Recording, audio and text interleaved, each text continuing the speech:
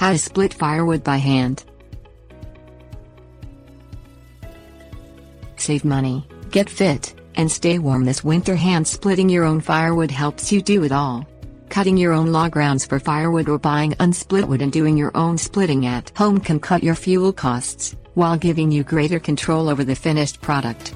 Learn the proper techniques for efficient splitting and you will reduce the effort and risks of making your own high-quality firewood.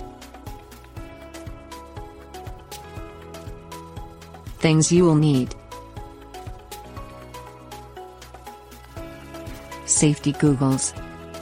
Work gloves. Maul. Put on safety goggles and work gloves before beginning to handle wood. Splitting wood can be dangerous if simple safety precautions are not followed. Place a wood log, or round, in an upright position either on hard, bare ground or on a small, flat stump. All rounds should be between 12 to 18 inches in length and no more than 12 inches across for optimal results. Stand with your feet about shoulder width apart, and grip the maul firmly. Place your dominant hand about halfway up the handle and your weaker hand an inch or two from the handle bottom.